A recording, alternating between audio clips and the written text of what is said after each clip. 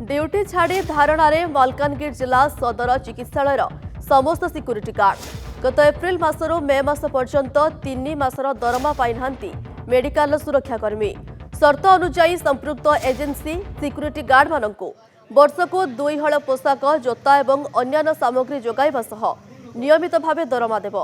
हेले गत 3 मास धरी सिक्यूरीटी गार्ड दरमा पाई नाहंती एने अभियोग कले एजेंसी ओलटा धमक देउछि। जिला मुख्य चिकित्सा अधिकारी कहते संपृक्त एजेंसी निजस्व पांठि 6 मास पर्यंत दरमा देवार नियम रही तथापि सुरक्षाकर्मी को नियमित भाव दरमा मिलूना तेबे दरमा न मिलवा पर्यंत एही धारणा जारी रहिबो बोली मेडिकल सिक्यूरीटी गार्ड संघ पक्षरु धमक दिया जाइछि। आम कम कर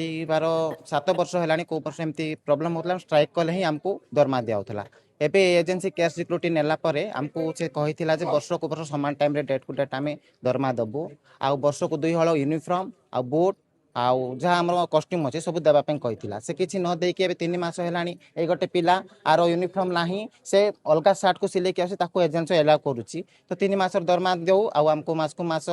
पेमेंट हो सेटा हमर दाबी। एजेंसी को एडीएम को भी लिखित भाव में जनइलु जे एतिकी तारीख सुधा जदि आपण आमर जदि वेतन न दियंती ताहले आमे धारणा रे बसिबु किंतु एजेंसी